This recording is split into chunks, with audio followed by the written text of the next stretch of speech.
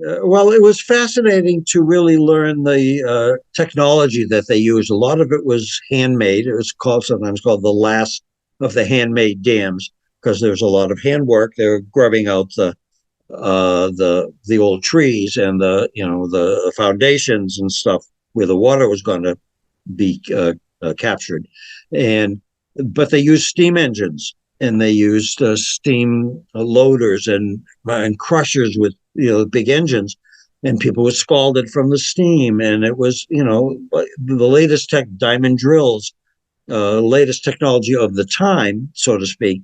At the same time, there was still a lot of handwork, and there were mule drivers with wagons loading up, bluestone and stuff that was dug out from the where the main dam was going to be. So there was this kind of period where it was a changeover from a lot of handwork to much more mechanized, kind of deep industrial revolution kind of stuff that was going on. So that was fascinating to kind of learn about and to find out about. And it's again, there are photographs.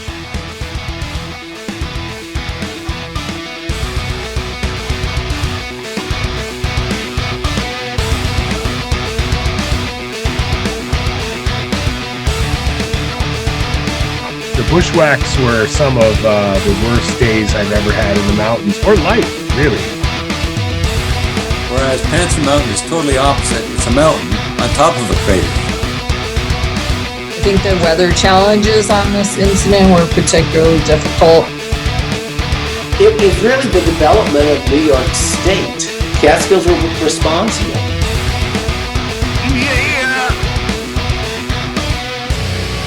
Now you're listening to Inside the Line, the Catskill Mountains Podcast. So, episode 121, producer Tobe Carey's here to chat about his productions of the Catskill Mountain House and the deep water building of the water system from upstate New York here in the Catskills down to New York City, which I am very fond of. And I'm looking forward to this. Good to meet you, Tobe. I hope you're having a great day today.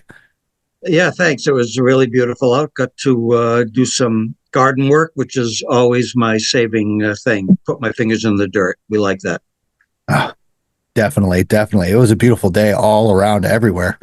The Tad will talk about that later with the hikes. So once again, AMR, Adirondack Mountain Reserve, is starting their reservations in the ADK up in the Adirondacks. So is this a preview of what we're going to see here in the Catskills? That's a big question because, we have, of course, these overused areas in the Catskills. We talk about Catskill Falls, Panther, Slide Mountain. Will we see this here in the Catskills? Tobe, with your experience being up in the Catskills, what do you think? Will we see this eventually? Well, I guess there have been a lot more people who've come up since the 2020 pandemic started. And so I think more and more people are familiar with the area and they might want to continue coming. It's very possible. My wife is a 46er, so she's had her time in the Adirondacks. I'm not so lucky to have done as many hikes as she has, but we do go out here. I don't know. It's probably a good system to think about, if not implement right away, so they can be ready. And maybe this is a trial run for the state to do it in the Adirondacks. Yeah, it's definitely a big topic. Tad, what do you think, buddy? I think it's inevitable.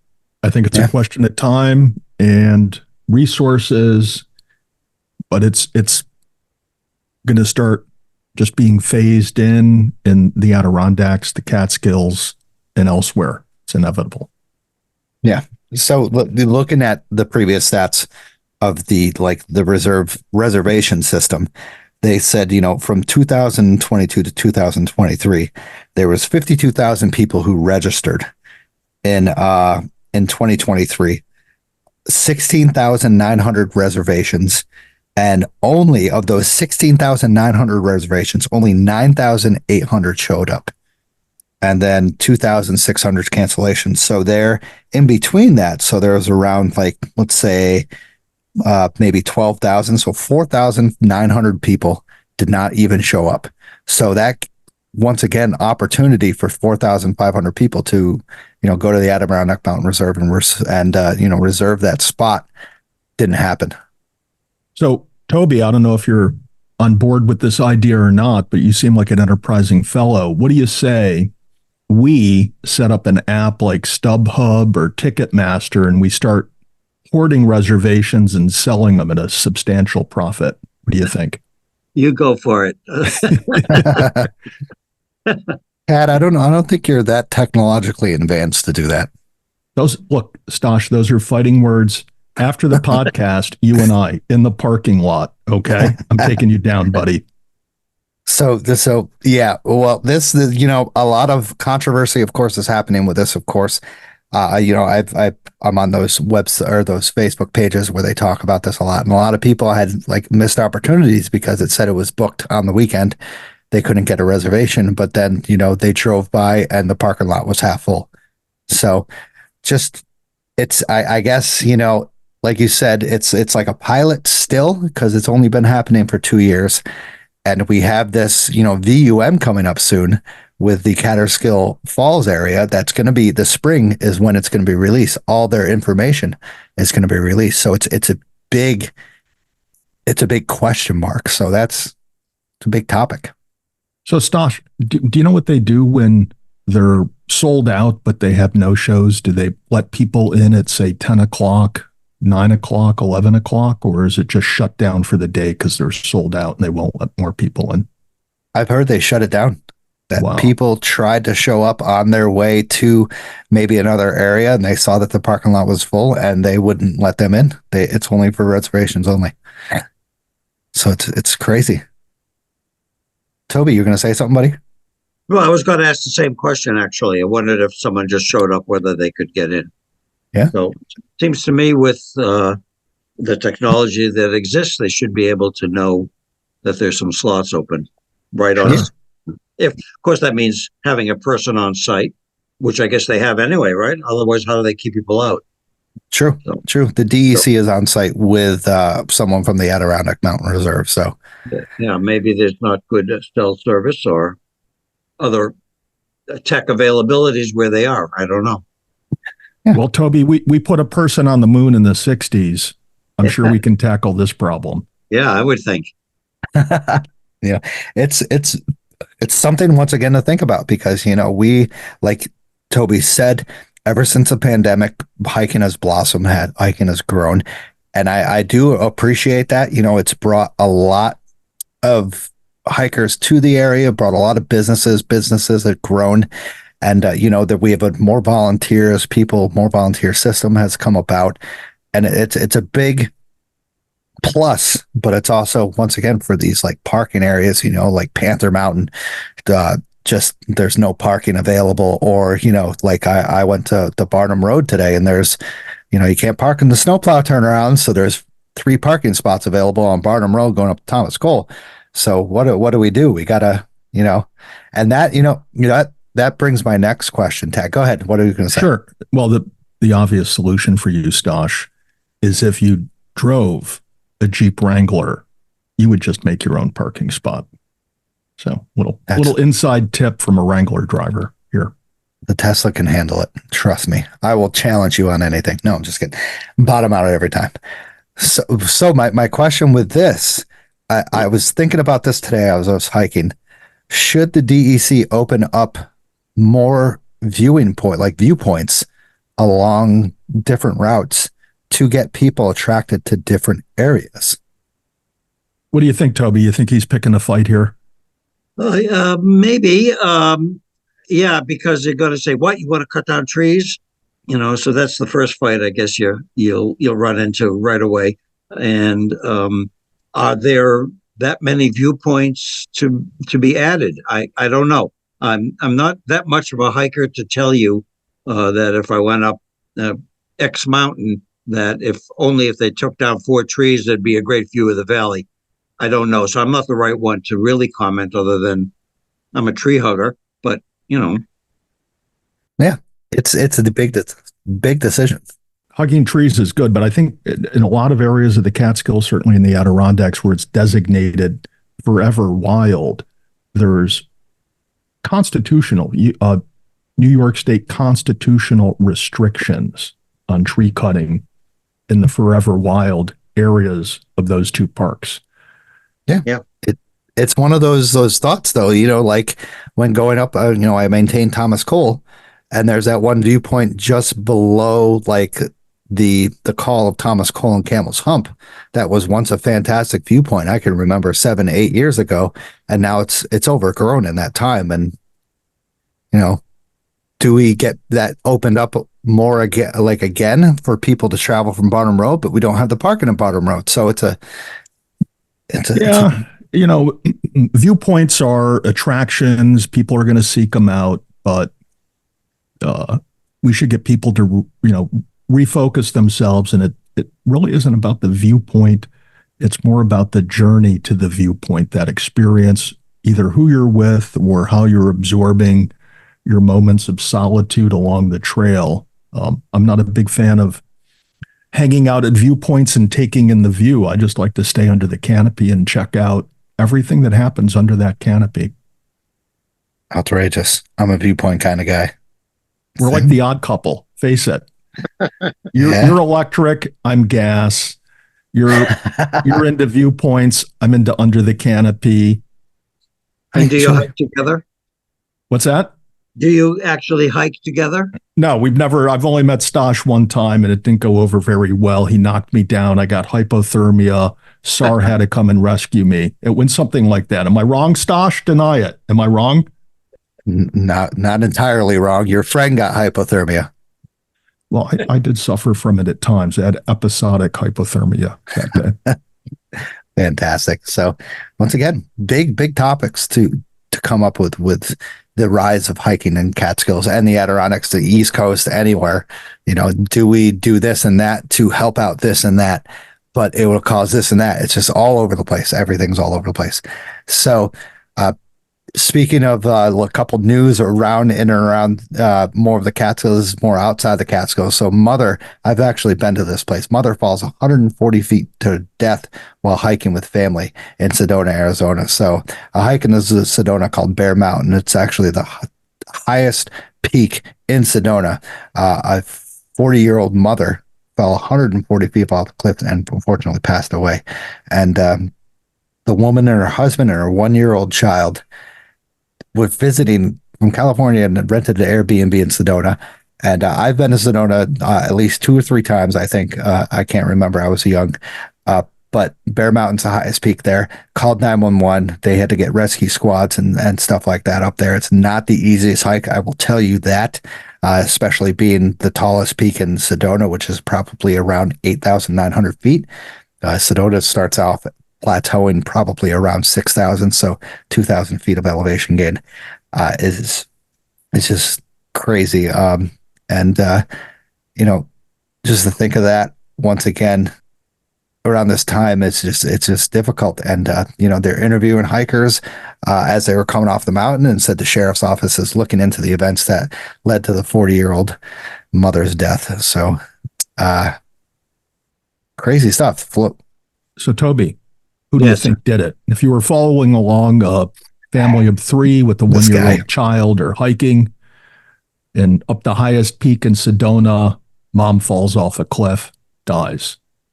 If you were investigating this, who are you looking at, Toby?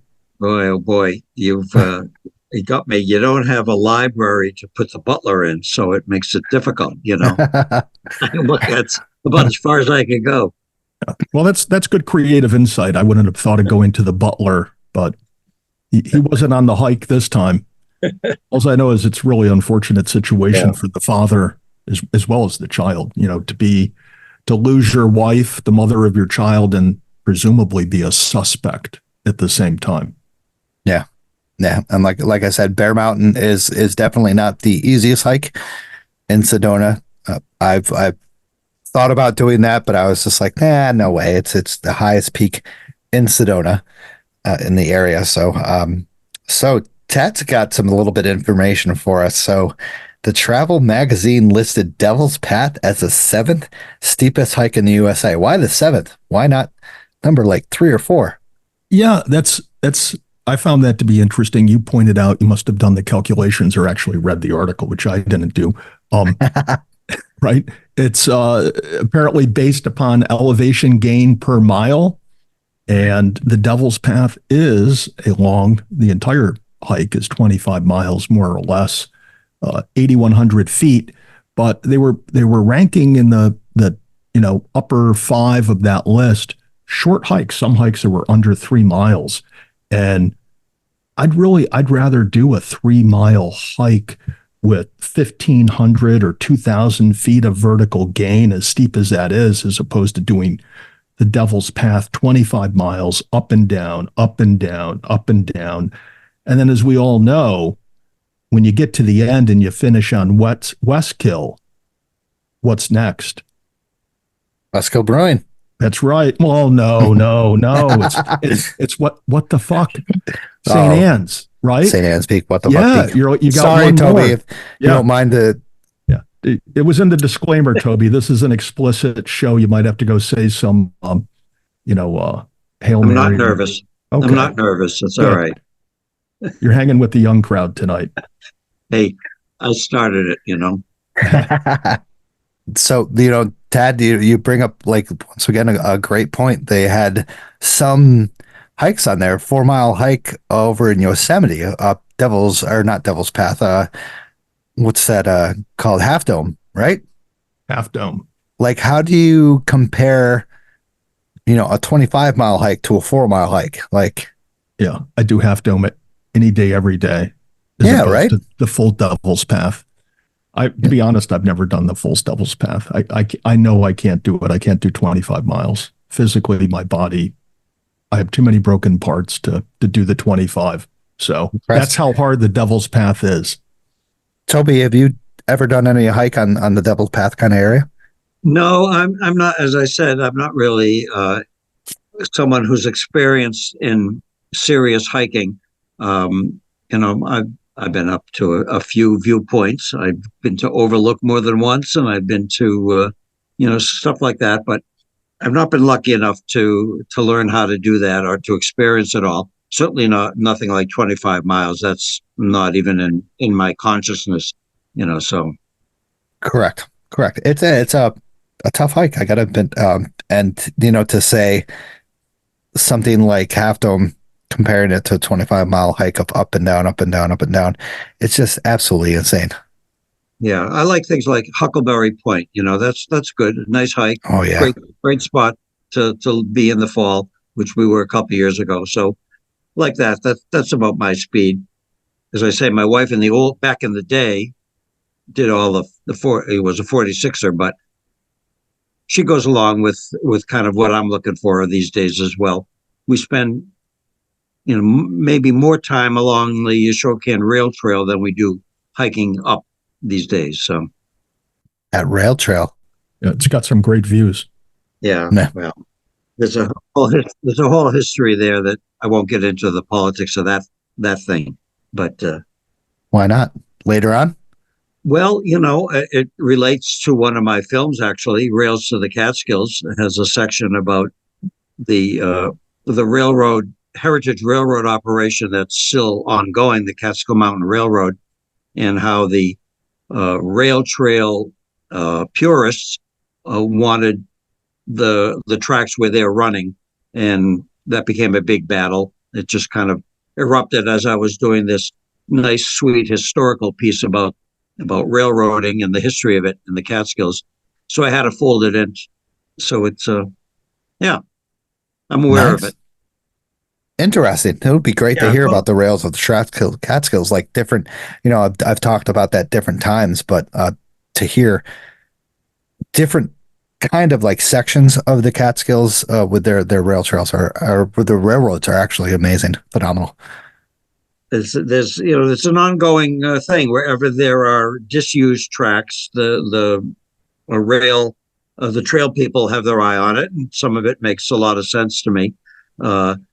Some of it I would like to see reestablished as heritage tracks because I'm a history buff, so I have these two pulls within me. Yeah, I see that both ways. Exactly.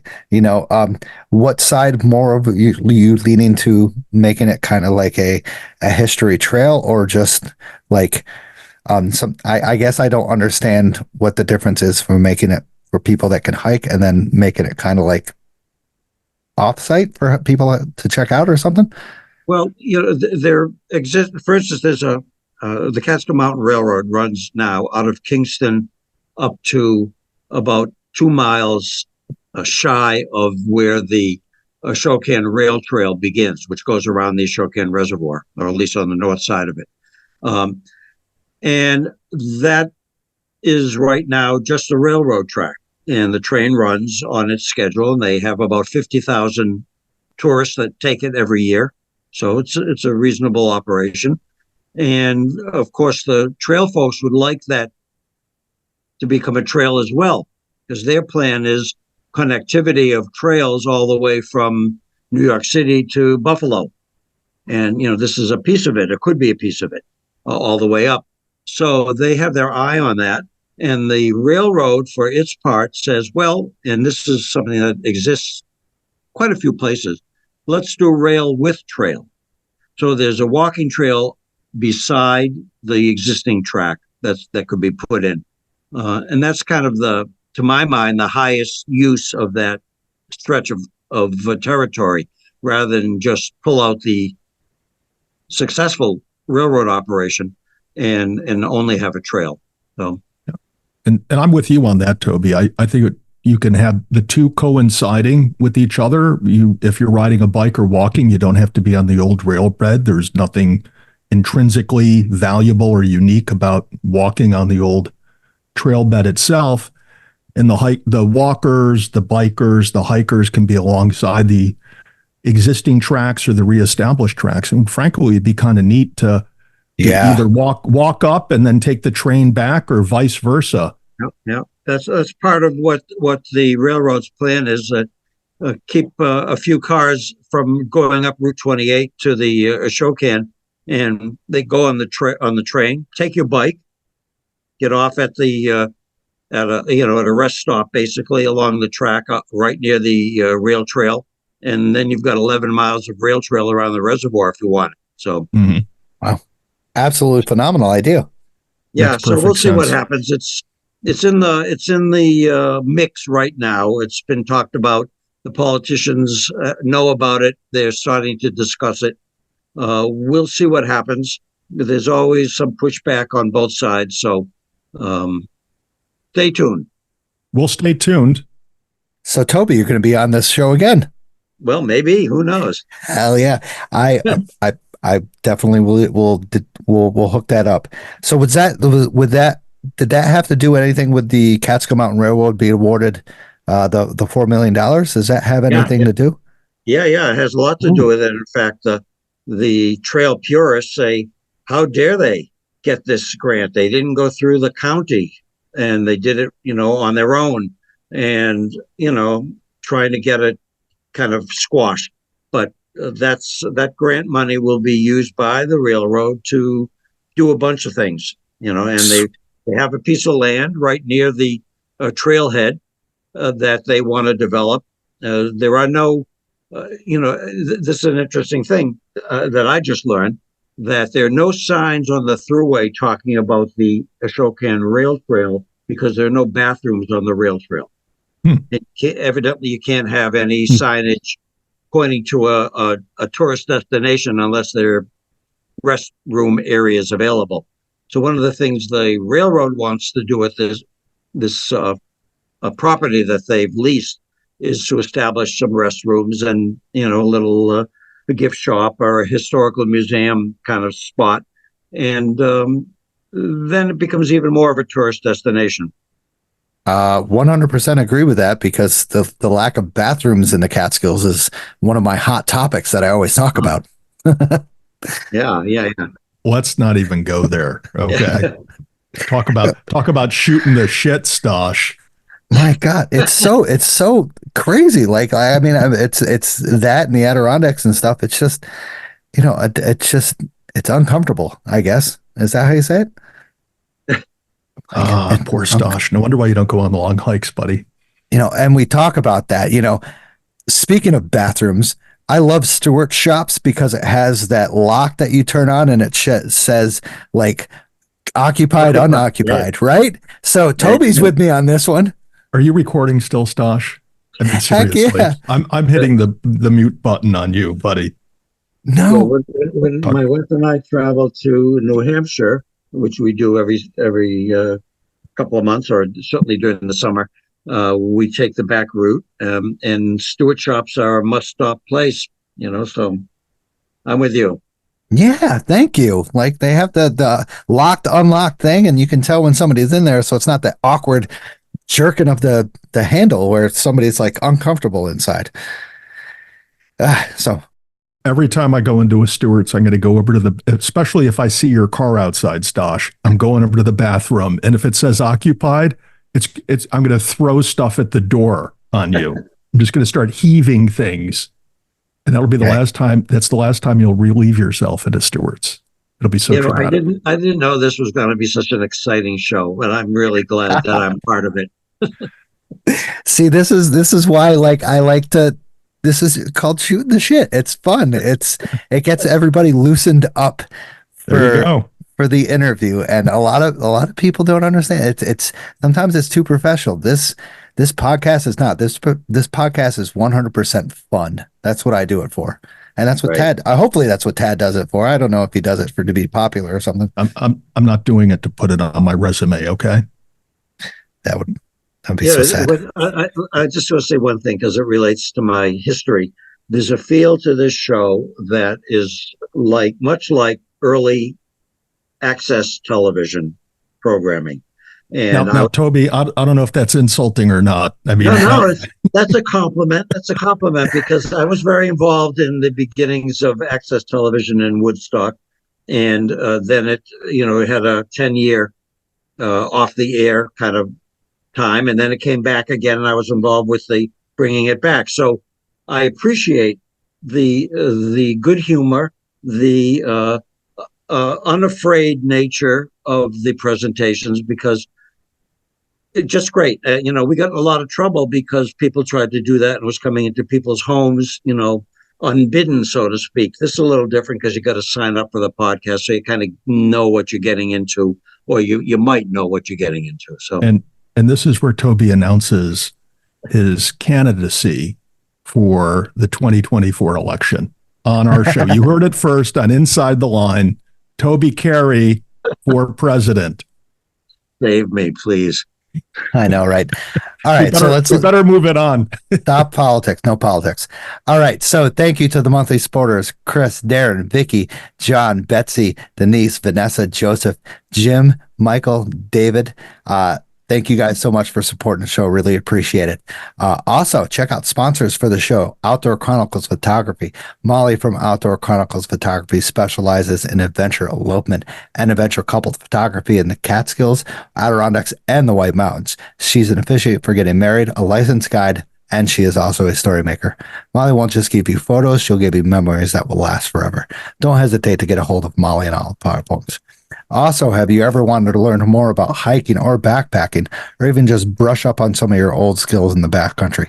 Check out Trailbound Project, a hiking and backpacking school. Scott and Joe from the New Jersey Search and Rescue Team have amazing backgrounds in wilderness first aid, wilderness first responder, and mountain rescue association. They're here to teach you old and new skills of hiking and backpacking. They teach anything from first aid, map and compass, and many other skills that could help you with others while in the trail. Check some out on all platforms.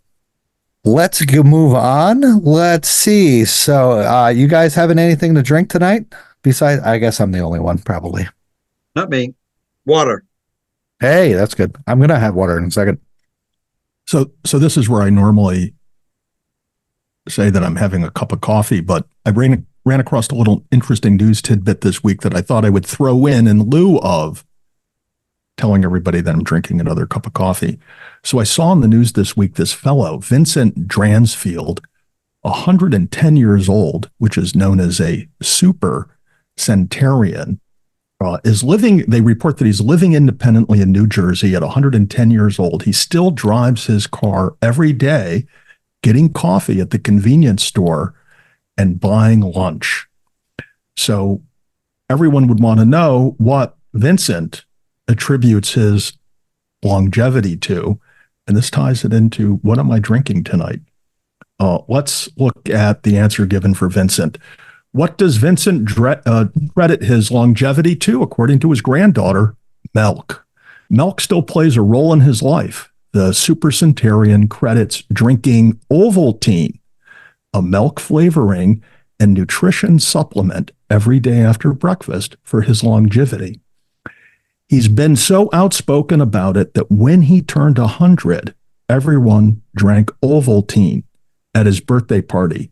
So this is where we turn it to Stosh. Toby, you can't chime in because I know you know the answer to this. Stosh, what's Ovaltine? It's a supplement, isn't it? Well, it's a supplement, but what type of supplement? I mean, tell us more than just the obvious. What's Ovaltine? Toby's like leaning forward. He's ready to dive into this because he wants the 5 points for answering this question. I don't know. I know I sell it at where I work, but that's about it. So, Toby, what is Ovaltine? Well, I can't tell you specifically, except that I remember it as having a malted kind of flavor, and maybe it's made from malt. But that's my memory as a kid. I did drink it once in a while as a youngster. I don't know if it was something that was mandated or was a treat. I don't quite remember that. Probably a treat, but it was always a little unusual because it was malted. Yeah, so it's like a powder that you add to your glass of milk. It has malt flavorings amongst other flavorings, whey protein, vitamin supplements, etc. But apparently, this is what Vincent says has made him reach the ripe young age of 110 years old. So I thought that I'm going to start drinking Ovaltine from now on for these shows. I like it. And that way, Stosh, I can go all night. We can throw to the boards the 2-hour limit, and we can go for like an 8-hour podcast session. I don't know if I have time for that.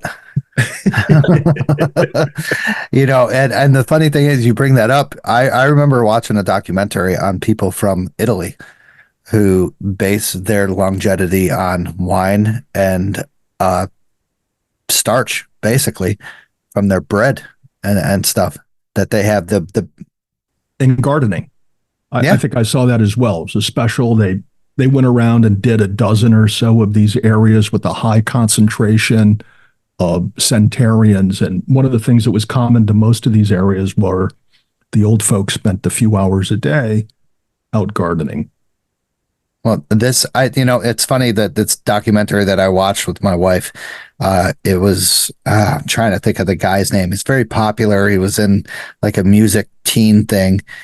And he just went about the world, checking out the world. And he found, Italy to have the oldest people, oldest residents there. And they interviewed one guy. And every morning at 10 a.m., he goes to a bar, has a sip of wine, talks with his bartender for 2 hours, goes out, has some bread or some any form of starch of their original bread, 100%.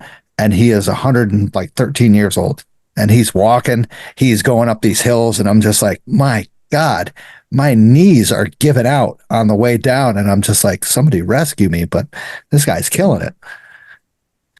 Well, let me jump in just for a second. I recently had my annual checkup with my doctor, and we're talking about these kind of things. He said to me, well, there was a study done where they decided to look at people in centenarians, perhaps, and they were all very religious. They all went to church. So they said, is there a connection there?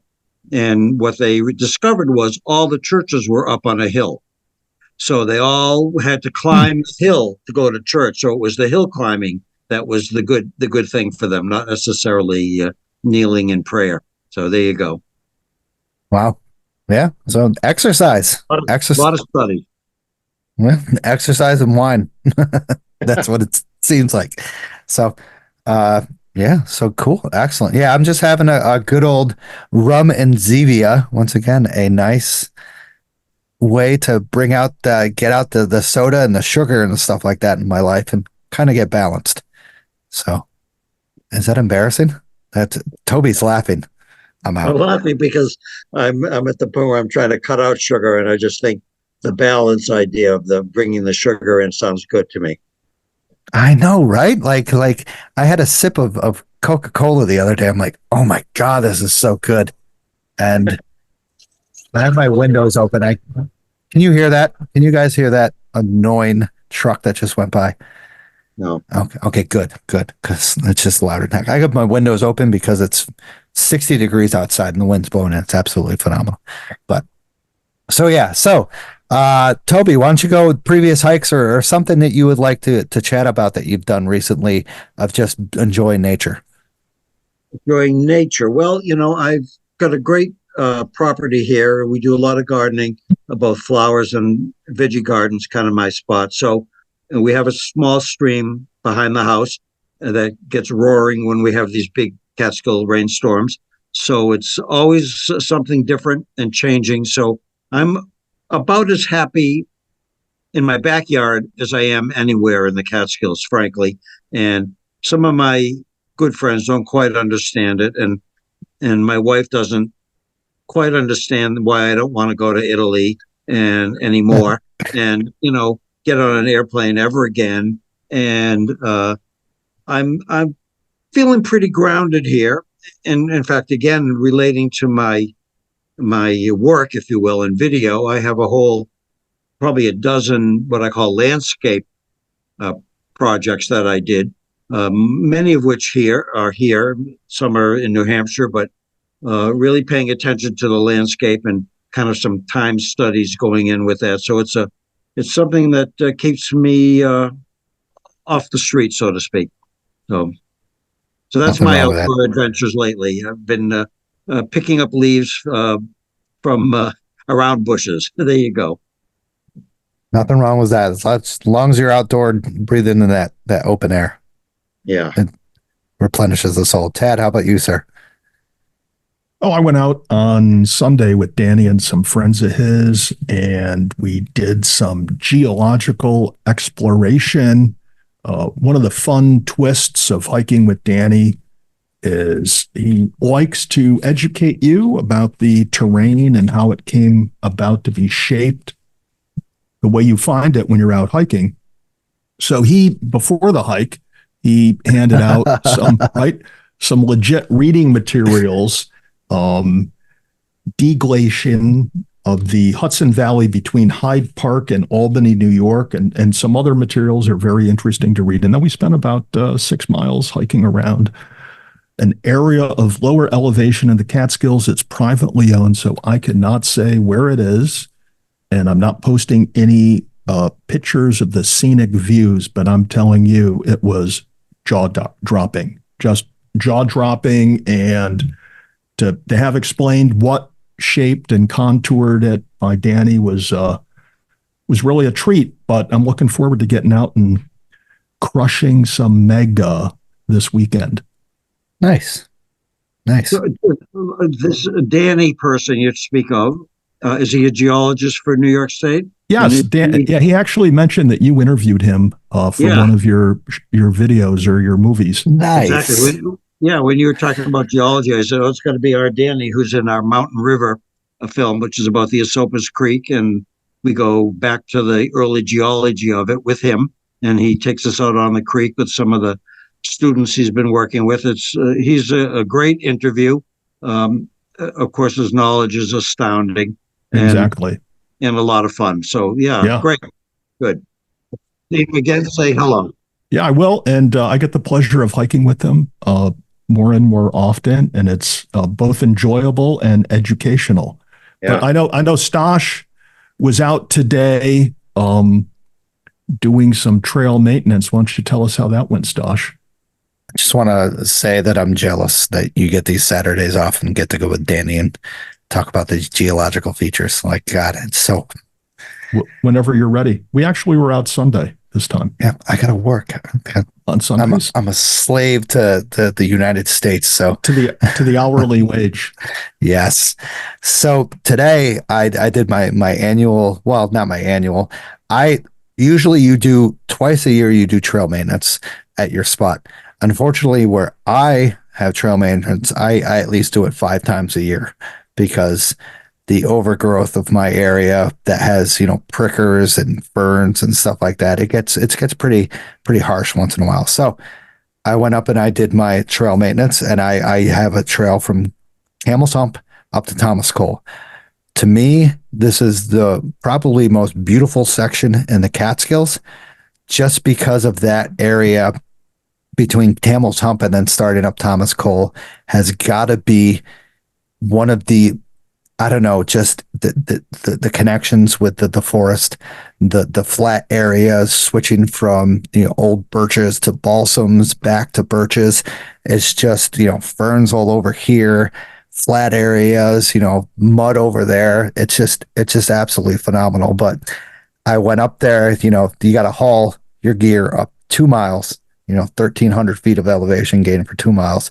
I got to admit, I'm pushing myself pretty hard. I crushed it. I did it in 1 hour and 15 minutes getting up there, and that stops, viewpoints, and then observing other areas on my way up. But my area is from Camel's Hump up to Thomas Cole.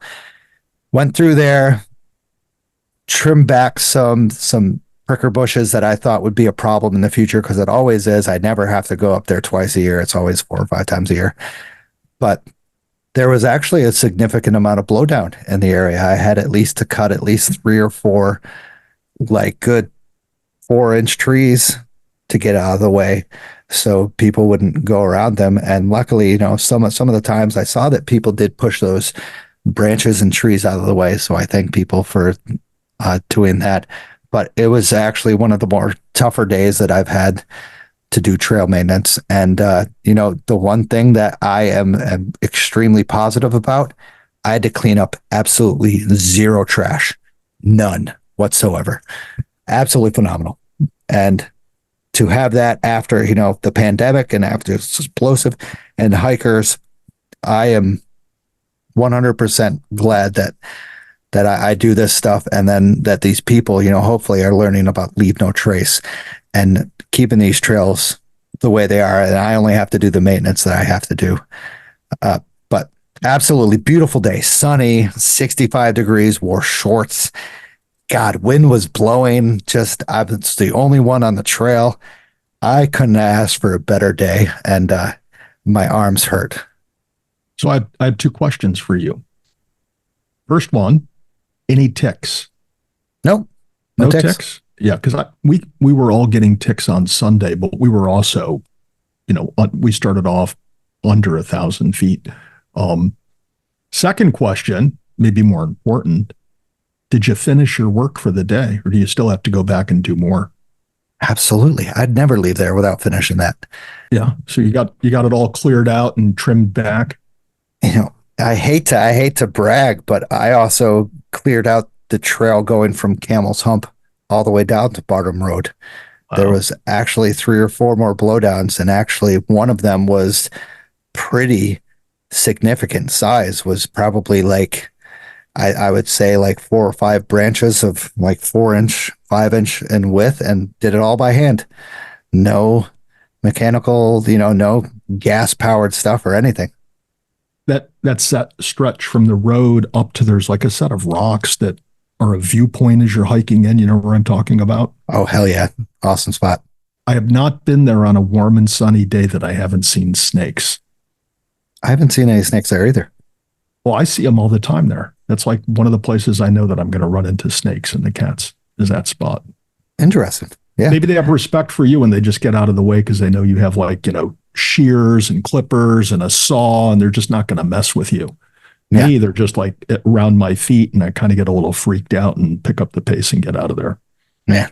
It was a beautiful day though. I very minimal mud, and I got to admit that trail from Barnum Road up to Camel's Hump is one of the most fantastic trails in the Catskills. just because of well-built switchbacks Mhm. back and forth here and there. They're beginning to mark a lot of private property now for some reason. I think someone that has property down below the area right after the trailhead register is starting to make a private trail up, because I saw private trail markers, like not DEC marked, but something else. So we'll see what happens, but you'll see if you ever go up from Barnum Road to Camel Tump, you'll see a lot of red and teal paint from property assessors of the DEC marking their area to kind of separate that from the private property. So it was very interesting on that part. But other than that, beautiful day. Got a couple viewpoints. Hauled my ass up and down so I can get back to make this awesome interview with Tad and Tobe. So I'm excited. Probably got more sunburn than I should have. You know, I put sunscreen on and then you wipe it off with that sweat. It never works. It never works. So awesome. So Catskill news, volunteer 3,500 club, Catskill Trail Crew on 427, 428. So this is this weekend. We'll meet at 9 a.m. at the entrance of the North South Lake Campground and hike down to the campground to Mary's Glen Trailhead to do some more trail maintenance on the area. That area is a little swampy and messy, so they're going to touch up that area a little bit more. They've done a great job to there. So if you want to meet up with the Catskill Trail Crew, meet up with them 427, 428, 9 a.m. at the entrance to North South Lake. Catskill Mountain Club has volunteering, so does Visitors Center. Jolly Rovers Trail Crew have set out their calendar. Bradley Mountain Fire Tower. Also, if you want stickers, go to Camp Catskill in Tannersville and get some free stickers there. Free. Or message me. Let me know. So, weather forecast real quick. Guys, this weekend, it looks to be an absolutely phenomenal weekend somewhat. Like today, it said it was supposed to be a little rain, but Friday, 34 degrees to a low of 32 degrees with very little wind chill at all. Sunny skies all day. Saturday in the AM, 43 degrees, a high of 43, a low of 32 with a little bit of wind chill. And then later on in the evening, maybe more towards 6 o'clock, the rain will come in. Sunday looks a little bit sketchy, but it's higher temperatures, 55 degrees, going low to 45 degrees with a little bit of rain, not too much, not even just a sprinkle here and there. So get out there, have some fun in the Catskills if you need to. All right. So we're going to do these last sponsors and Tobe will get into the interview. Is that okay? Sounds good. All right. So, is it time for some new gear hiking in the Catskills? Say no more. Camp Catskill in Tannersville has all your hiking needs. Footwear, socks, moisture-wicking shirts, freeze-dried meals, Catskill merchandise, and more. They have all the essentials for your hiking needs. Located in Tannersville, and they have an online store. Check out Camp Catskill. Also, if you want free stickers, stop here. Also, if you're ready to hit the trails, make sure you take the scenic route. Our guides are here to help you with your goals, big or small, like Marcy or Slide or Low in their Swords. Check out Scenic Route Guiding and Gear Rentals on Instagram and Facebook for more information. Also, if you mention the podcast, you can get 10% off. Use the great code word Mountain Lion. Also, check out Another Summit, a nonprofit program that leads outdoor adventure activities for veterans and first responders for free. Another Summit's Epic Adventure applications are open. This year's Epic Adventures include a 9-day canoe trip in the North Main woods and a through hike of the Northville Placid Trail of the Adirondacks. Epic Adventures are a step-up program where you'll see classroom instruction, wilderness first aid training, and a custom 3-day training trip, all leading up to adventures you'll never forget. Of course, this is all 100% free for veterans and first responders.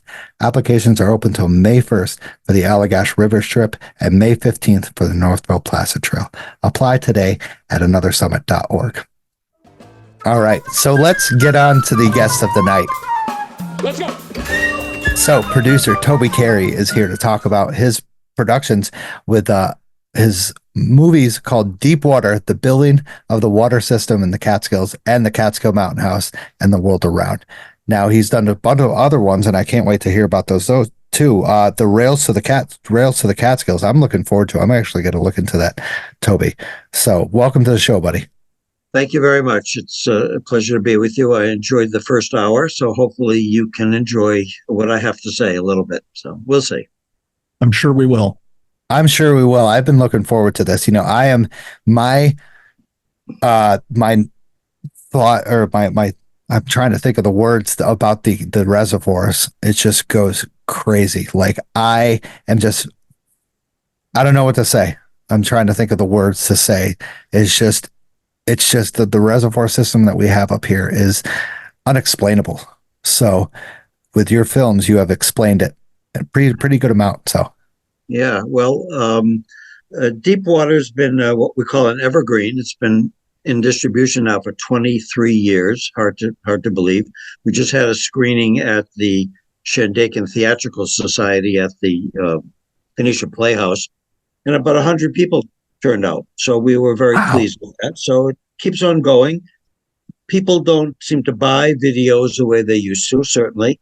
And this has like a lot of programming that was done over 20 years ago. It has a strange technical life, if you will, because it was first. Well, this is a non-television product, so it's non-theatrical. It's meant for home viewing. That's what in libraries and schools, and that's kind of the market it was intended for.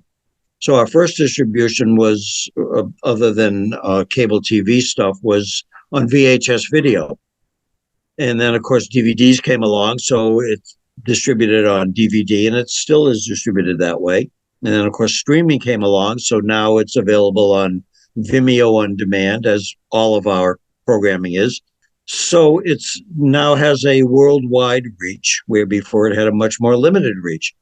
So it's kind of an interesting thing that's happened during my lifetime as a filmmaker, and to be part of that it's always been exciting to me to see the technological changes. I was always interested in it from my earliest teenage years. I was a ham radio operator, so I was always interested in that kind of communications systems.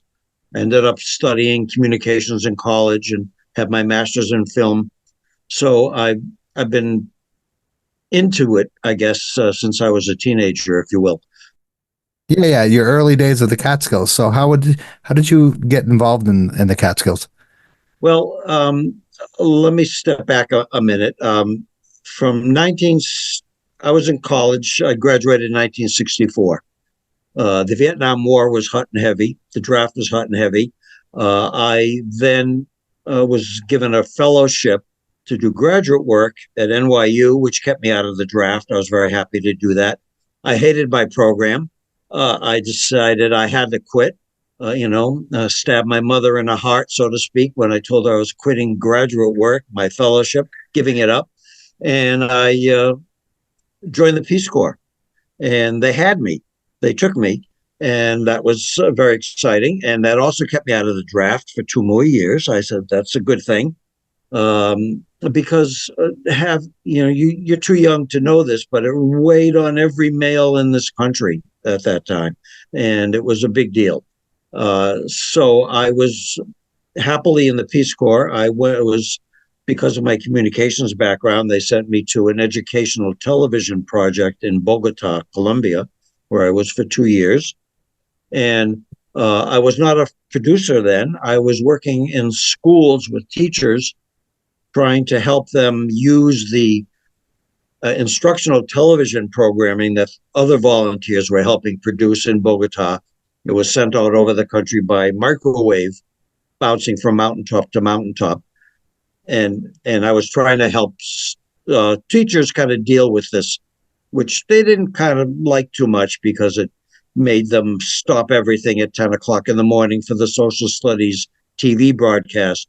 And when the electricity worked right, they could see it in the other room. And sometimes it just was an imposition sometimes. But I had my route and my teacher buddies that we got along with. And going into the Peace Corps, my uncle, who was a commercial photographer, Uncle Sid, gave me a camera, first camera I ever owned, a Pentax camera, a 35 millimeter film camera with, I believe, a 105 millimeter lens, perhaps.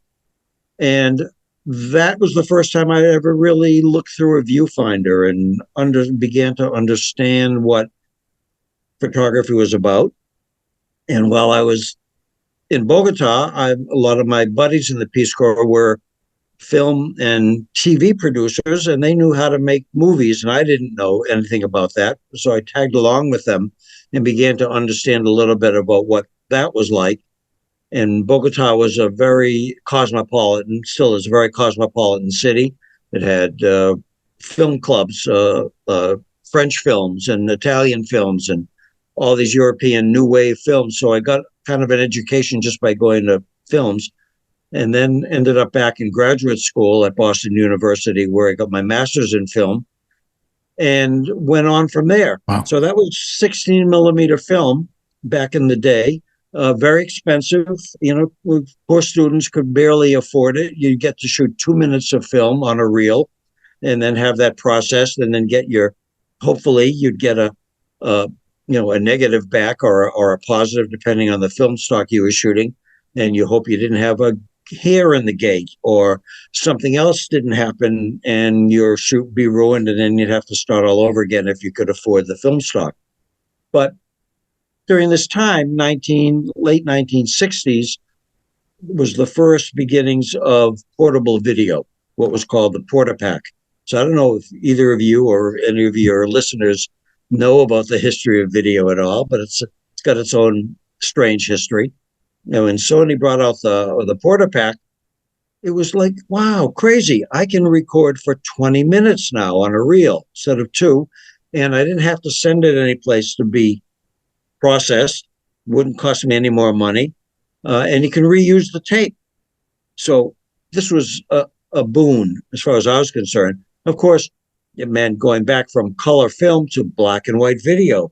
So that was like a drawback at early days. And then, of course, it grew and grew, and then it became color video, still on reel-to-reel video. And I won't get into what the editing was about. That was a whole other thing. And so it grew from there. And so this is 1968.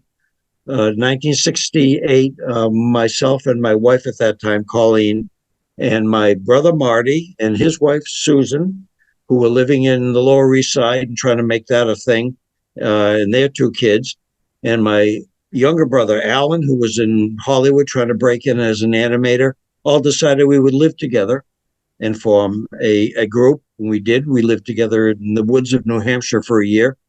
Decided this was crazy. No one wanted us around there, and we didn't really want to be up a dirt road 3 miles from the nearest whatever. So we had friends in the Woodstock area who said, you should come to Woodstock. It's close enough to the city that you can get to the city whenever you want. And there's a community here that you would like. So in 1969, before the festival, we moved to Woodstock, not where the festival was, and formed a group called the True Light Beavers, which was our commune. And over the years, it lasted off and on for 10 years. I say off and on because different people had lives that were apart from that, went away, came back. And during that time, I was still shooting film, 16 millimeter film, making what was then called experimental films. And we, as a group, wrote a cookbook called Feast, a tribal cookbook, which was very popular in its day. It was cooking for 12 people or more because we were a commune, and we said, hey, all you folks that are living in groups need to know how to cook right. So it was a lot of fun. It was published by Doubleday, and they gave us a 2-book contract. We didn't know what we were going to do for the second book, so we decided, let's go to Mexico, and we'll write a book about our trip to Mexico, which we did. We were involved with starting a local school called the Woodstock Community Free School. So we took some kids from the school with us, jumped in a van, 10 of us. I mean, you can't do this anymore. Seatbelts, not so much, rolling around in the back. And had a great adventure in Mexico. And why I bring all this up is during that time, I had a Portapak that the school had been, we gave the New York State Council on the Arts supported our arts program, and they allowed us to buy a Portapak, which I took to Mexico and taped a childbirth of an American couple in hammock in the Yucatan with a Mayan midwife. And so that became my first documentary. It's called Giving Birth. And it was, again, available on VHS. Nobody bought it. Nobody ever bought it. I showed it a few places, and it was a very graphic. It showed in some film festivals, the first documentary film festival in New York City, things like that, on the art circuit. And but no one ever bought it. And then DVDs came out. I transferred to DVD. No one bought it. Once it was on Vimeo, it had a worldwide audience, and people would rent it and buy it from Singapore and Korea and Europe and all different parts of the States. It has 250,000 views on the trailer. So Wow. it's a whole different world, when streaming came into play. And, that was a film, a documentary I did in 1975. And it's still out there. It's still our most popular film, if you will, in our catalog. So that was kind of the beginning of my work with video, and I stopped making films and made video works since then. And I did. There was something about video that really grabbed me: the immediacy of it. In Mexico, we could play back what we shot that day to the kids in the classroom. Of course, they were all, nobody had a cell phone, and not everyone was a director the way they are now. So kids loved seeing themselves on tape. So that was a great intro to them. And I've gone on, with video ever since then, and always liked the technology, and always a big fan of smaller, lighter, cheaper, faster. And that's the way video has gone since then. So that leads to, why the reservoir and where that came from. So after a number of years doing my own films and working for organizations like Woodstock Community Video and Media Bus, which was also located in Woodstock, and doing some teaching at Columbia Green Community College. So I've had some jobs and along the way, but I've always had projects I've been working with. And in about 1999, there was an exhibit at the Empire State Railway Museum in Phoenicia with photographs about the construction of the Ashokan Reservoir, which was completed in about 1915. And it was a great exhibit of photographs. And our good friend Artie Traum and his wife Beverly went to see it. And they came to me and to our mutual friend Robbie Dupree and said, no one's done a film about this. Why don't we do that? So we did. It took us 2 years. We had to do all the research, of course, and find the photographs, which is, for me, the most fun part is the research. And, begging and borrowing photographs from libraries and private collectors and postcards and what have you to fill out the story. Artie wrote a great script. We had a great narrator who was the voice of 60 Minutes for a long time. So real pro guy, another Catskill resident. And we produced this film. It's 45 minutes, and it's been in distribution ever since. And that was how that project came about. So that's a long way to get to the answer to your story.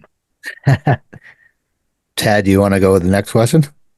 Yeah, I'm kind of like, where are we? Because Toby just ran the ball down the field a couple times. I'd love to have you in the backfield for the Buffalo Bills on game day, because you can really tack on the yardage. But just to backtrack, and I'll hit you with a couple quick answers. So we don't have a lot of people stopping and Googling VHS. Why don't you tell us what VHS is?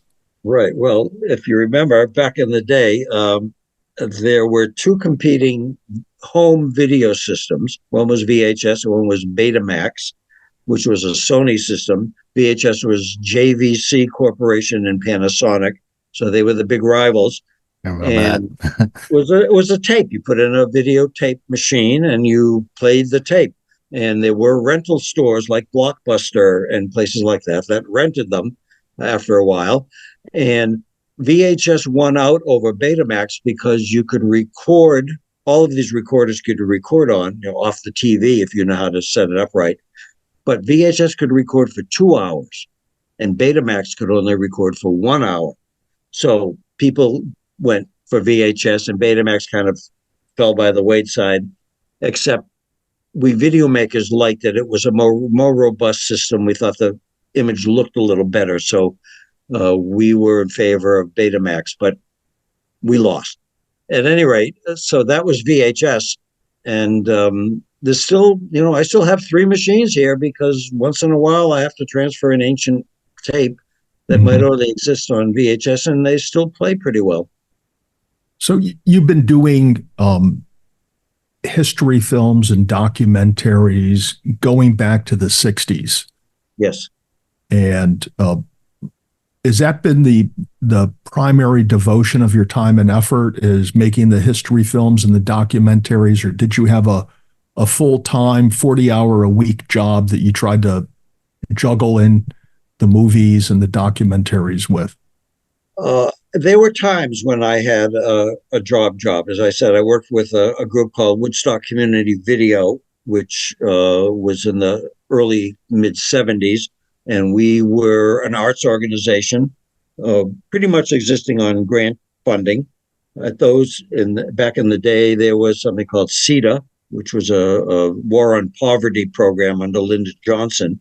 And they gave money to arts organizations. And New York State Council on the Arts was a big promoter of these things. And we had what was called the Artist TV Lab, which was for experimental video. And such luminaries as Walter Wright worked there, and Gary Hill, who's a well-known international video artist. So we had some experimental gear, and we collaborated with other groups around the state and around the country. There were all these little media centers. There was one in Ithaca. There was one in Syracuse. There was the Experimental TV Center in Owego that had great engineers and great gear, and we would travel through the dark of night to go the back route on Route 30 through Downsville to get to Owego and do whatever tricks we could, and then drive back in the snowstorm. I remember Gary Hill and I coming back to Woodstock in some little Volkswagen Bug and all of a sudden it was a snowstorm and the windshield wiper didn't work, and we had to stick our hand out the window and move the windshield wiper manually. And of course freezing because the window was open all the way home. But, you do what you had to do.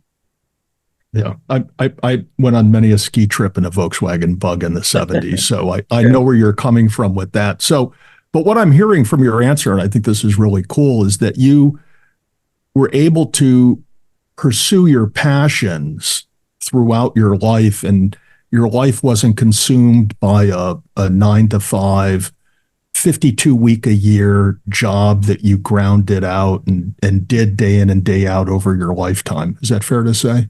Well, there were times. I spent a couple of years with a company that hired me because I knew something about the video business, and they were selling accessories and supplies in the video business. And I said, oh, well, maybe I can make some real money. Didn't really work out that way, but it was a sales job, and it was basically 9-to-5. I got to help work on their catalog, which was, of course, a print catalog in those days, and did some creative things. But it was a sales job, and it was dreadful, actually, for 2 years. But I had real jobs with Woodstock Community Video. That was a paying gig. And then later in the 80s, 79 through like 85, Media Bus, which was the official name, if you know the group Video Freaks, a very famous video group that lived in Lanesville. Their official corporate name was Media Bus. And after that group of wonderful video makers and engineers and such ended in 1979, our good friends Nancy Kane and Bart Friedman brought their expertise and their contacts to Woodstock, and we ran it as Media Bus for about 5 years. Again, a lot of National Endowment on the Arts support and New York State Council on the Arts support, running artist programs, running the local cable channel. I talked about cable access before, but It had died, and we had to bring it back. And of course, we got in trouble because we had our midnight shows that some people didn't like the sexuality that was involved. Whoa, whoa, whoa, And whoa. wanted to kick us off the air. The usual stuff, You let artists get on a medium, and you could be in trouble. So we would try very hard not to be afraid of things, and others were. So what are you going to do? Got it. What made you go into getting a film about the reservoirs? What was that all about? Well, it was really the Artie Traum and his wife Beverly coming and saying, this would make a great story, and no one's done it. There are these great photographs. There's an archive that exists. We could do this. So that was really the impetus. And the funding. Well, these projects, I've done 7, I would say, Catskill Mountain history films, if we include the Woodstock '94 film. And they're sweat equity projects for the most part. Yeah, there might be some funding. The Deepwater project did get a grant from the Catskill Watershed Corporation to finish, so for post-production. And it got a grant for music from the Woodstock Chimes Fund. So there was some help like that along the way, but mostly it's just doing it. Wow. We have an equipment base. We had cameras. I've always had editing capabilities in my studio because that's what I do. And so we just made it. If we wait for funding for these projects, it takes too long. You can't, on these kind of things that don't have, this is not, Ken Burns, who gets $1 million plus whatever from General Motors or whoever he needs it from, and can do what he wants with that money. We just do it. We make it, and we get it done in a couple of years, sometimes 3 years. One project took almost 4 years, but it gets done. They get done that way. As I say, I've done 7, if you want to classify them as Catskill Mountain films over that time. And if I waited for funding, I'd still be waiting. And so with respect to Deepwater, what would you tell us the total man hours were putting that together? Any way of guesstimating what they were? No, we've never done a count, endless hours here in the studio. And again, this was back in the day where the technology wasn't computerized. So it was the way editing was done. It's machine to machine, and you're making a new generation of tape, so to speak, which is down one level in quality because it's a copy from the original. It's not digital, it's all analog. So it took long, and you'd miss an edit and have to go back and redo it, and getting graphics together. It was a different kind of thing. So it was hours and hours, a lot of laughs. But the most important thing is we had a great time doing it. So before I turn it back to Stosh, you say you had a great time doing it, but does there come a point in time where the film Deepwater made a profit? Well, I don't know how you count the profit again, because we didn't pay ourselves a salary as we were making it, so there's nothing to pay back from that standpoint. And there was a time when DVDs were more popular than they are now, that we sold a whole bunch. It used to be, if I would do a screening of Deepwater, we could count on 30% of the audience would buy a DVD. So, at $20 a pop, you might get $500 or $600 from a screening that way. Now, if I sell 1 or 2, we're lucky out of 100 people. Oh, wow. So it's a whole different thing. So you can't count that as a revenue. You can stream it. You can stream it for $10. You can, quote unquote, purchase it, which means you can see it as many times as you want, or you can rent it for 2 nights for $5. So, how much profit is there? And and we are a not-for-profit, a 501c3, legit not-for-profit group, Willow Mixed Media Inc. And so the money gets turned around into the next project. So if we need to, buy some whatever, we have a little cash to do that with. So we just keep going on.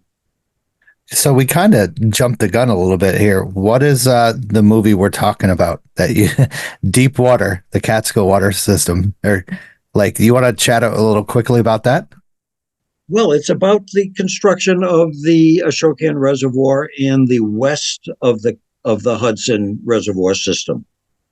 Focuses mostly on the Ashokan because that was the first, and it was a massive undertaking. There was a big political battle to get it started because the state legislature had to approve legislation to allow them to use eminent domain to take the land that they wanted. This is New York City we're talking about because they had no authority up here in the Catskills, 100 miles away from the city, without the legislature granting that, which they did. And so people's land were taking, and they were supposedly paid fair market value, but a lot of people didn't think that was the case. So there were lots of lawsuits. There were lots of hearings at the courthouse in Kingston, and the big guns got what they needed. Some of the smaller people, not so much. So there's some resentment that's, well, I'd say still lingers to a degree. It's a lot of families got displaced. Cemeteries and bodies got moved. Schools destroyed. The boarding house business disappeared because the railroad no longer ran through the valley. The water was there instead. So 10 hamlets, depending on how you're counting, 10 hamlets disappeared. Some people got to move their houses, but not too many. There's a famous story about the Glenford Church, which got moved and had a big fight with the city about who owned it and who could move it. And, so there's all that kind of history that goes along with it. And it's the same with any of these reservoirs that are built. People's land and home that's in the way, if the city has the authority, that's what they do. Well, we should have started off with that. Like it's powerful. That's another reason why I've looked into this a lot. A lot of people have been relocated because of the reservoirs. Towns have been gone and forgotten. There's old historical markers saying former site of Olive or something like that, Olive Ray or Shokin or stuff like that. And a lot of people are just like, I wonder what that means, but never looks it up. And, Yeah. It's interesting because the latest feature documentary that we did called Mountain River about the Esopus Creek, which is the creek that feeds the Ashokan Reservoir. So it's amazing, goes from Slide Mountain 36 miles to the Hudson. And in the middle of it is the Ashokan. And then there's the lower Esopus, that's the overflow from the Ashokan, if you will, which winds its way through Hurley and Kingston all the way to Saugerties, where outlets. If you've ever been to the Saugerties Lighthouse, the Esopus Creek makes its way all the way to the lighthouse. So there's a whole history there, and these signs that you're talking about, we have all of them documented in that film. And you're right, a lot of people don't know what that means, and the former site of Olive City or Olive Bridge. And there are stories about those places that are in deep water. There's a story that one of our historians tells about a guy who was hired by the DEP to burn down houses, and he burned his own house, his own family's house in Olive City, I believe. So there's those kind of touching moments as well. Wow. See, watch the movie. Go and watch the movie. Definitely. So what was the most difficult part or undertaking that you took in making this movie? In deep water? Yeah. Well, difficult. I don't know if difficult's the right word. It's always, for me, it's about the research. What's going to be on the screen? The question always is, what's going to be on the screen and what are we going to hear? So Artie, as I say, wrote a great script for a narrator, but not the whole story is told in narration. We have historians and we have local folks telling their stories as well, which fills in the narrative, if you will. So the hardest thing is, how do you illustrate this?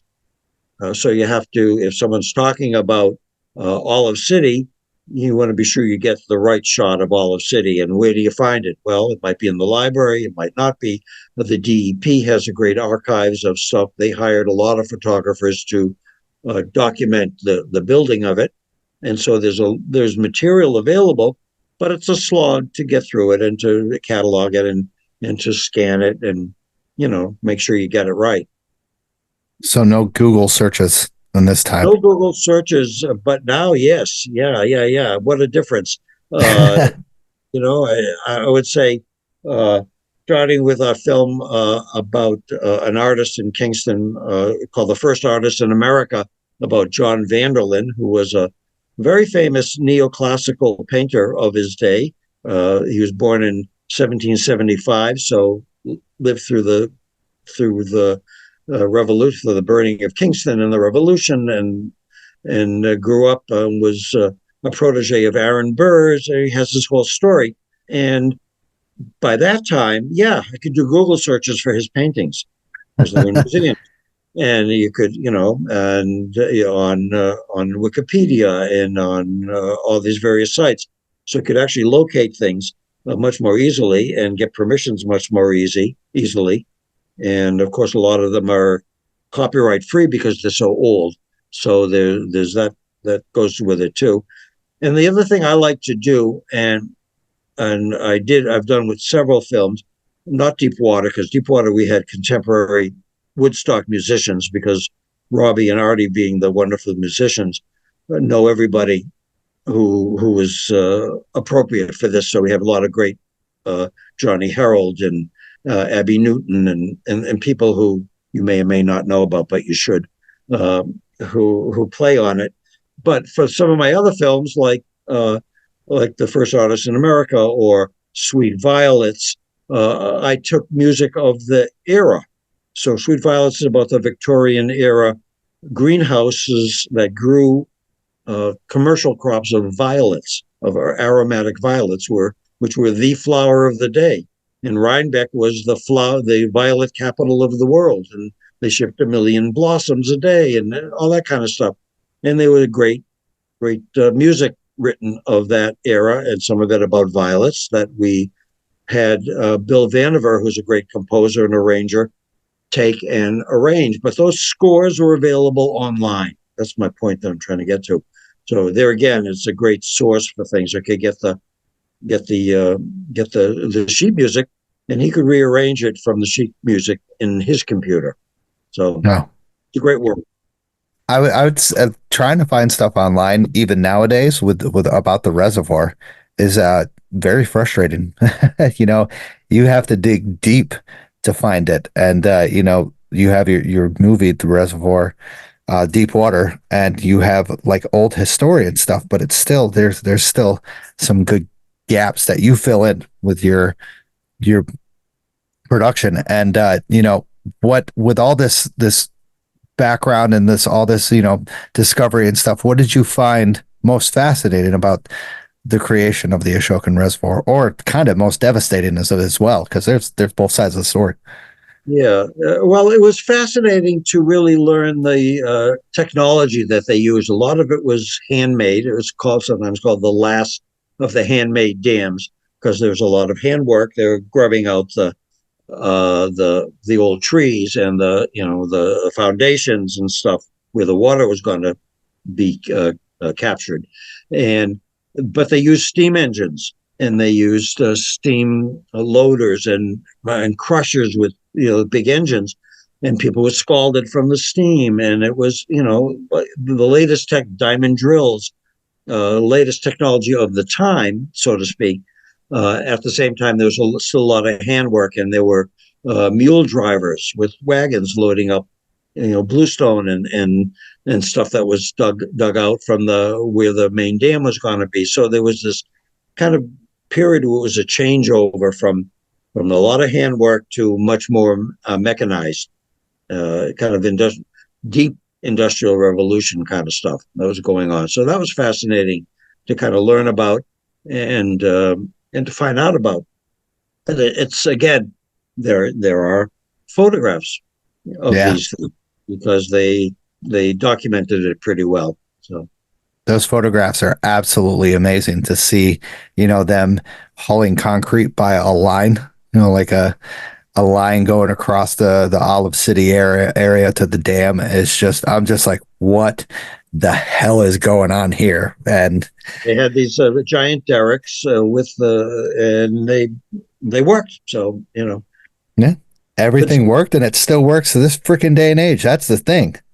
That's right. It still works. It's all gravity fed and no pumps. They do have siphons. They engineered it correctly, and the elevation of the Ashokan is not that much above sea level. Where New York City is.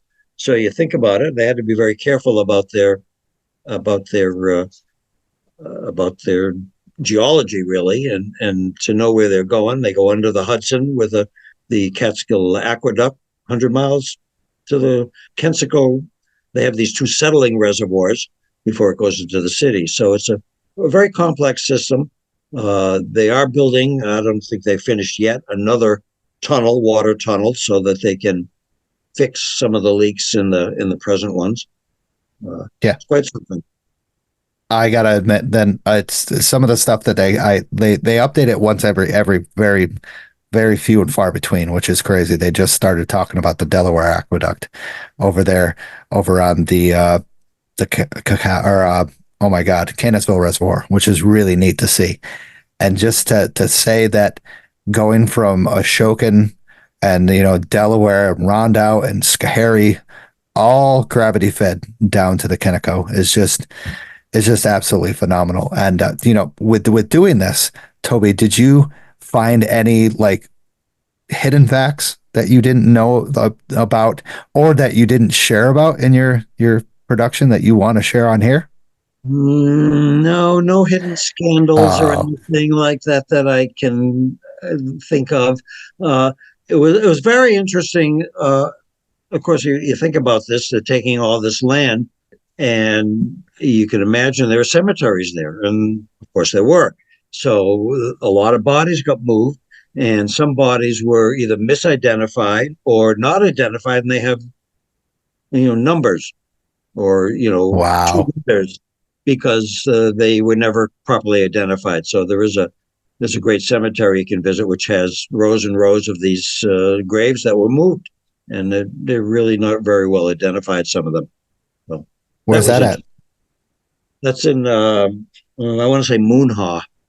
Oh wow, down around there. The Bushkill Cemetery, maybe it is.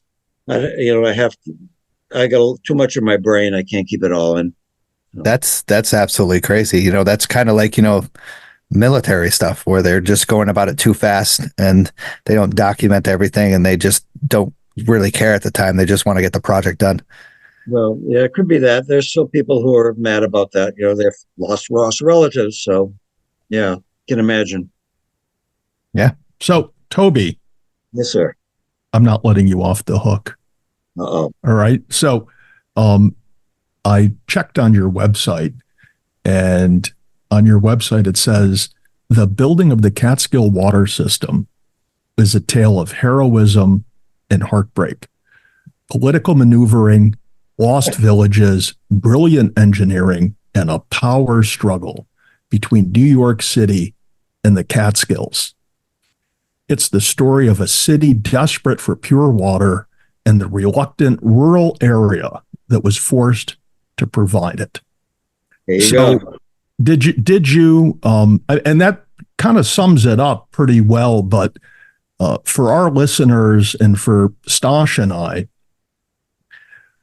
was there a particular message that you were trying to convey in the film about that power struggle?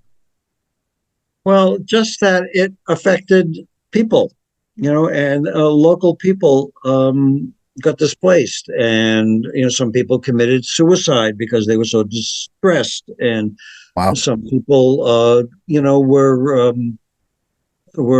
upset for the rest of their families' lives, and some people said, oh well, I got to move, so they moved. But it changed a lot of people's lives who lived in the area that the reservoir was taking, and it's inevitable. You see this, you read about the giant dams in Egypt or in China or any place else where they're trying to dam up water, and it's the same story. It doesn't change. It's the same power struggle in the sense that whoever has the power, everyone else struggles. So Well put. I wasn't aware that, and I should have been aware, should have assumed such, that some folks committed suicide over being forced to leave their family homestead, maybe a homestead that had been in the family for several generations when they immigrated from Europe or elsewhere. Do you have any idea of the magnitude of that? How many people committed suicide? No, I don't. That was a story told by Eleanor Arold, who was the historian of the local Methodist church and has her own family archive. In fact, the street I live on is called Lenox Avenue. At the top of the hill of our street was the Lenox family, who was her relatives who moved from the old Glenford or Ashton or Glenford to this, which is now called Glenford. And he was the local postmaster, and he had his dairy farm up here. And, so she has a deep connection to the story because her family was involved. And she said her grandmother was not so upset, but her mother never forgave the city like that. Wow. So well, her family didn't have members who committed suicide. She's the one who said there were people who did. I think it was. Was there any level of protesting, rioting, vandalism that occurred? Not that I've heard of. The main protests were legal money issues, and there were lots of hearings. The as I said, the big industrialists got pretty much. The guy who owned the Ulster and Delaware Railroad got his money to move the tracks. He had to move them all north of the reservoir, 11 miles of track. So that was a big ticket item. And he also owned the Grand Hotel, and he owned, he was like the guy, Samuel Decker Kirkendall. There's a picture of him in an open carriage with Charles Evans Hughes, if you know who he was. He was a Supreme Court justice. So he was that kind of a power player. And so he got the money he wanted, but, XYZ with the local boarding house might have felt cheated. Yeah. I remember reading about the different amount of money given to different people based on their land. And it's just, we'll give you, I'm probably way off, but it was like, some person had over 100 acres of land and stuff. They're like, you were given $22,000 for your house and stuff. Go build it yourself and everything. We're not going to do everything for you. We're just giving you your money. Well, I can't tell you any of the figures like that. It's not something that's in my memory. But yeah, it was, as always, it seems the powerful get preference because they've got some sway that they can bring into play. Speaking of numbers, do you know whether or not the workers who actually were building the reservoir and the dam by hand, manual labor, and the use of the steam-powered machinery that they had, were they paid what was considered a prevailing wage at the time? Well, I couldn't tell you what the prevailing wage was, but some of them got like $1.25 a day, $1.75 a day for an 8-hour day. Wow. And if you were a laborer and you lived on site, and they built a whole basically little town, about 2,000 or 3,000 people, families and kids and laborers lived in this at Brown Station where they built the work camp. They would Winston and Company was the engineers, and they were basically in charge of all of the construction and the work sites and the camps. So they would issue a script. So you would have to buy from their company's store, which, as you can imagine, the prices were not as low as some of the other stores might have been. So they'd pay you in script, and you would give it back to them at the company's store. So 16 tons, and what do you get? That song, if you are old enough to know that song, is kind of what happened here too. Wow. I've heard that the differences between, they had all different, racial types, right? They had white people, they had African Americans and stuff, and it was all over the place. And like you said, the Brown Station, I remember a picture of that area that was built just for them. And they also had one over in like Ashokan, somewhere over towards the Olive Bridge area, right? Well, that's where the Brown Station was. That's where. Okay. Really, right now, the all that remains there is a monument to the engineer, J. Waldo Smith. It's a nice monument there. If you ever get to walk on that end of the reservoir where the main dam is, it's called the Lemon Squeeze locally, and then you get up a little further towards the east on that walk, and you'll see this nice monument up on the hill.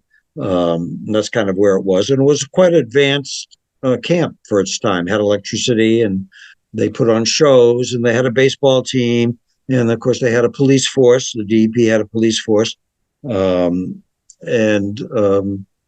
they, it was quite organized. Yeah, they had to make it entertaining, or you'd just be basically slaves.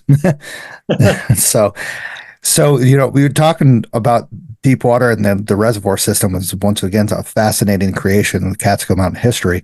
So you have another production that you have about the Catskill Mountain House, another amazing spot in the Catskills, correct?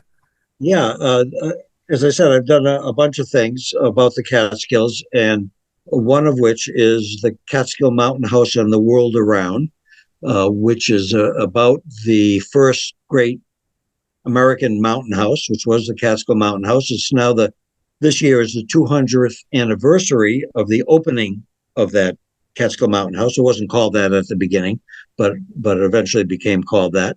So there's a lot of celebrations going on. We're going to screen out my film, which is a 90-minute film, at the Tinker Street Cinema on June 9th at 2 p.m. That's a Sunday, 2 o'clock in the afternoon. I'll be there to try to answer questions.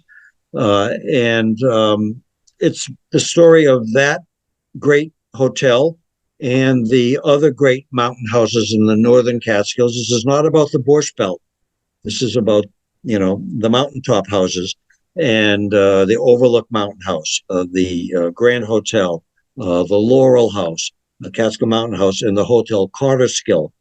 The Hotel Carterskill was this immense hotel, like 1,000 people could stay there. It was a mile around the perimeter, and it was built because the story goes that it's called the Chicken War, yeah. And supposedly the man who built the Carterskill Hotel Carterskill was a guest at the Catskill Mountain House, which most of the elite were many times, and his daughter was ill, and he asked if he could have something that wasn't on the menu for her, chicken instead of whatever was on the menu, and it was refused.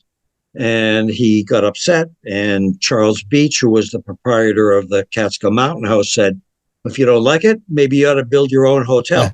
So he did, and he built this enormous hotel about a mile away on the ridge. If you see there's some great paintings of that era, which show both of them in place, and you can see how much larger the Hotel Carterskill was, but it never had the same cachet as the Catskill Mountain House did.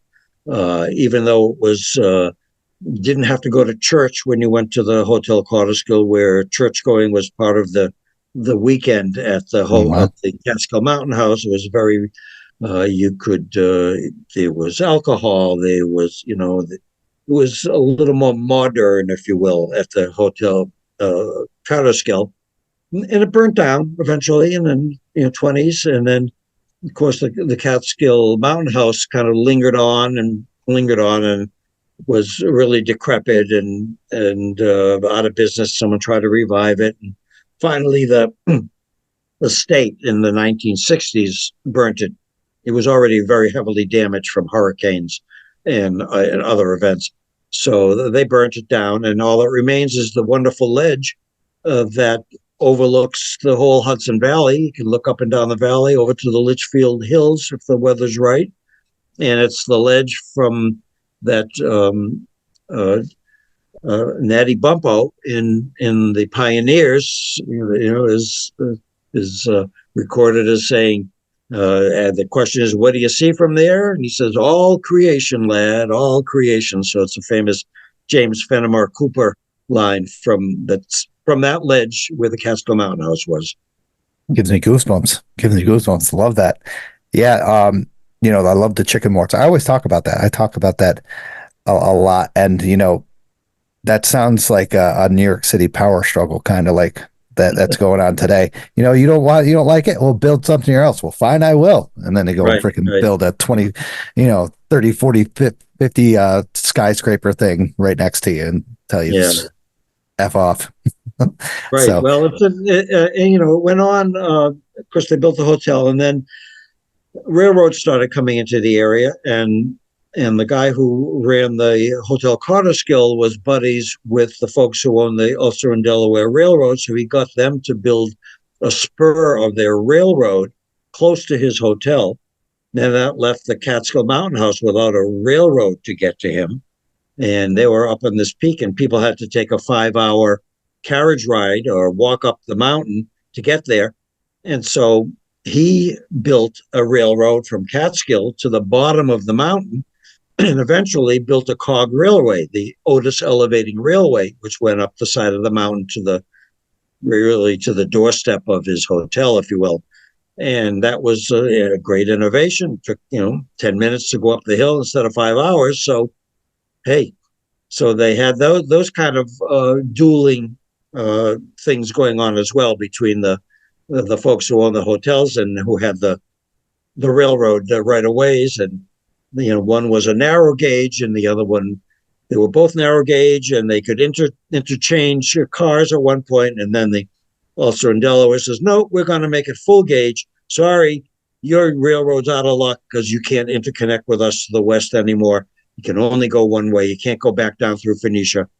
And it squashed their railroad. So wow. Unbelievable. And you did a documentary about kind of like a would you call it a documentary about the Mountain House, or what would you call that? Sure. Yeah, documentary. Yeah. Nice. And that was that I mean, I haven't seen it yet, I have to say, but was it fantastic? Like the books? I've read 4 or 5 books on the Catskill Mountain House. Well, the idea was given to us by Debbie Allen, who was a book publisher in the area. And I said, Deepwater was so popular. What else should I do you think? And she said, well, there's a great book about the Catskill Mountain House by Roland Van Zandt. You should read that. No one has done a film about that. I said, oh, okay.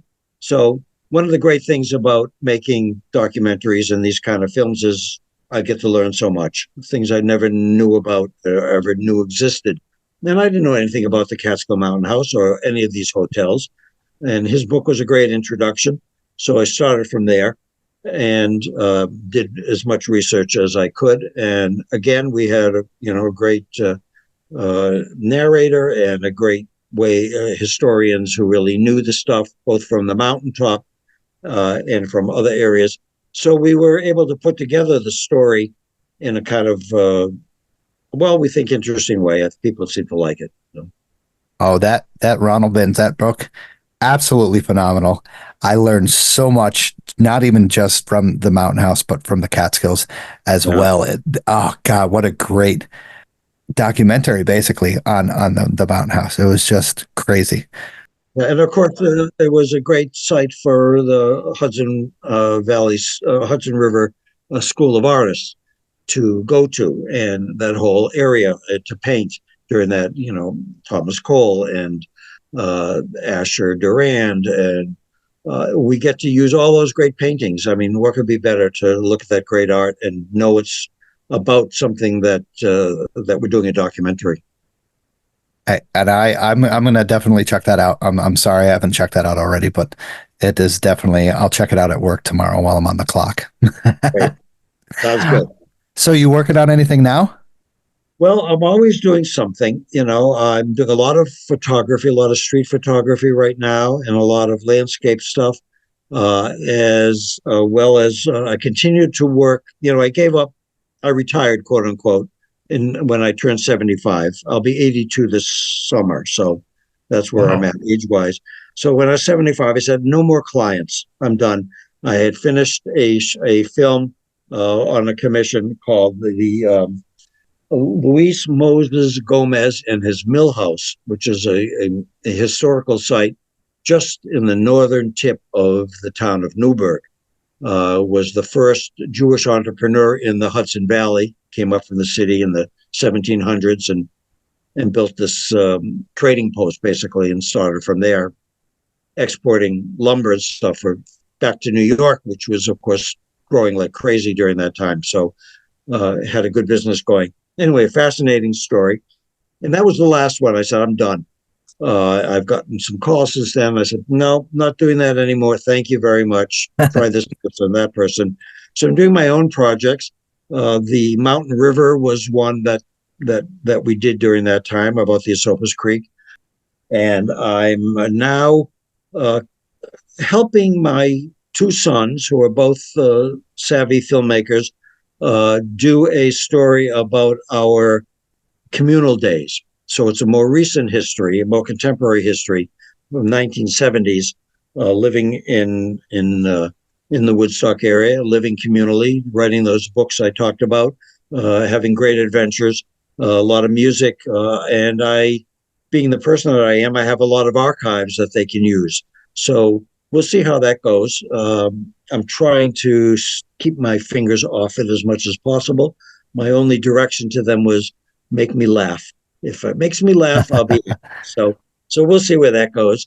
Other than that, as I said, I'm doing a lot of photography. I'm exploring artificial intelligence, AI, and trying to see how I can use that. I'm doing a little project with some AI renderings of historical figures and using like Aristotle and Plato and more contemporary people as well, but historical figures with using their quotes, using AI generated voices to speak for them. And I'm messing around with it, having a good time messing around with that while I'm not out in the street with my camera. No disrespect. 82 years old and you're going with AI. That is impressive, Toby. Come a long way from the 16 millimeter days, haven't you? Yeah, well, it's a trajectory and it goes where it goes. And I try to keep up. I can't always, but I like it. And I'm fascinated by it. And it's fascinating to me to watch how quickly it's evolving in terms of visual acuity, detail. Now video is a part of it. And lip sync has now happened, and so it's a whole new world that's opened. And as an artist, I want to use it. There are, of course, issues with copyright material and things of that sort, but I'm not a lawyer and I can't get involved with that. But I'm happy to get involved with using the tools as they become more refined and more available. Yeah. Definitely. Yeah, there's a lot of precautions you got to take. I've definitely found that out. What else you got, Ted? Well, I have probably now 20 more questions than I had 10 minutes ago. But I'm going to ask you this one. Of all those questions, I'm just going to ask you this one, Toby. And this will show you what a fan I am of yours. Where do we find your street photography? Do you post it online? Very little. I'm on a platform called Threads, which is a relatively new platform, which I like a lot. It's very photography friendly. It's very easy to use. And there are a lot of kind of offshoots of it, if you want to call it that. And so there's a hashtag photographers of Threads, which I take part in. And it's very easy to see other people's work and to comment on it. People are willing to hear comments and praise, of course, which is always good. And so I posted some things there. And what's interesting is a lot of people post or pose challenges, if you will. Show us your I just lost my signal here. Okay, we back? Yeah. Yeah. Show us your best photograph with something red in it, or shadows, or landscape, or whatever they might want to generate interest in. And I have a big archive of photographs that most of which have not been seen. I've never exhibited my photography in a gallery, although I've shown a lot of videos in galleries. So that's something I dig into for these kind of challenges, if you will, because it gives me a chance to review what I've done, some of which go back to my Peace Corps days, which I've been showing more of. But I'm thinking about a gallery show and showing some things that have never been seen before. That might be fun. 60-year-old work. We'll see. We'll see. Cool. Nice. Well, excellent. I will put that link in here for the show notes. Definitely. I'm writing down all this stuff. So I have a whole list of what I'm going to do in the show notes. So awesome. Thank you. So I think that's about wraps it up. We got one last question that I always like to ask. It's called post-hike brews and bites. Basically what you like to go get, after doing something in the Catskills that you would like to give some recognition to a local organization, business. Let's see. Every time I show a film, I have to give credit to the local historical societies, the local libraries, and the local collectors who are willing and free to share their collections, whether it's postcards or photographs or audio recordings or what have you, to people like me, because without those resources, I have nothing to do if I want to do a historical film about this area. And that's where they're housed. And I always give a shout out to them. And I suggest people join the organizations and make donations, because there's nothing more valuable than a library and historical societies and art societies in the Catskills and beyond. So, yeah. Anywhere you like to go out to eat afterwards, after going visiting the Catskills? Oh, well, we have a lot of places we like to eat. We like the Downtown Cafe in Kingston. For lunch, we like Brickman's Kitchen in Kingston. We like, I can't think of her name now, in Woodstock. That's bad. Too bad. But yeah, Awesome. Yeah. I'll throw those in there. Excellent. All right. So that kind of wraps everything up. So I'd like to thank the monthly supporters, monthly sponsors for donating to the show and giving your support for the show. Thank you to everyone who is still listening after 121 show. Big thank you to Tobe joining us tonight and, having a great time, man. You really knocked it out of the freaking park. It was fun. Great. Thank you. It was fun for me too. I appreciate your attention to the questions and your interest in what I'm trying to do. No doubt. Anytime. That's what we're here for. So everybody check out his films. I will have his links in the show notes, and I will post them on social media and stuff. So have a good night, Tobe. Let's get together sometime soon. Thank you. It's it's impressive you've done 121 of these. I'll just say one last thing. I'm interested in covering political rallies and marches, which I've done since 2016. And I've done about 150 what I call mini docs about these marches and rallies, and they're all on YouTube. And so I understand trying to turn out a lot of product and keeping it going over a period of time. And I appreciate what you have to put up with to do this. So bravo to you guys. Well, thank you. I appreciate a guy who cut his teeth on a 16 millimeter camera, right? And an old Pentax, film setup. So that's quite impressive itself. Thanks, Tobe. You're welcome. All right. Thanks so much. All right. Have a good night. Thank you. Take care now. Bye. Hey everyone, I just want to thank you for listening to the show. If you enjoyed the show, subscribe and throw down a smooth review on Spotify, Apple Podcasts, or any podcast platform that you use. You can also check daily updates of the podcast, hikes, backpacking news, and local news on Facebook, Instagram, Twitter, and the official website of the show.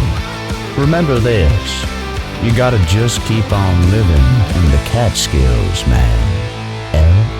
Livin. Wicked, wicked, wicked, wicked.